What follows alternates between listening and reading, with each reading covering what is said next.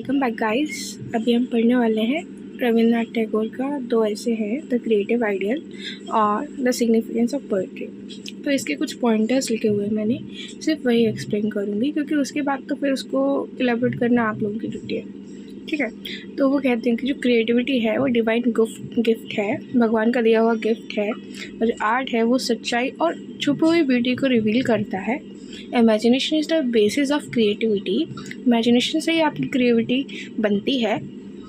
Art is spiritual activity, धार्मिक एक activity है आर्ट, ठीक है। और क्रिएटिविटी क्या करती है, प्रमोट्स करती है किसी चीज़ को, हारमनी मतलब भाईचारा टाइप, लव और यूनिटी, ठीक है। तो जो ट्रू आर्ट होती है वो सेल्फिशनेस और मटेरियलिज्म से फ्री होती है कि भाई उसमें ये सारी चीज़ें आपको देखने को नहीं मिलेंगी। और जो इसका क्रिएटिविटी का जो एम है वो है spiritual and moral upliftment of humanity, इंसानियत को मोरली और स्पिरिचुअली अपलिफ्ट करना, ओके। तो इनका सेकेंड ऐसे है the significance of poetry. The poetry is the highest form of artistic expression.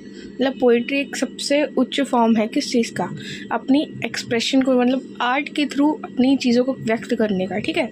The it expresses deep human emotions and imagination. वह human के अंदर छुपे हुए इमोशंस और उसके इमेजिनेशंस को एक्सप्रेस करता है।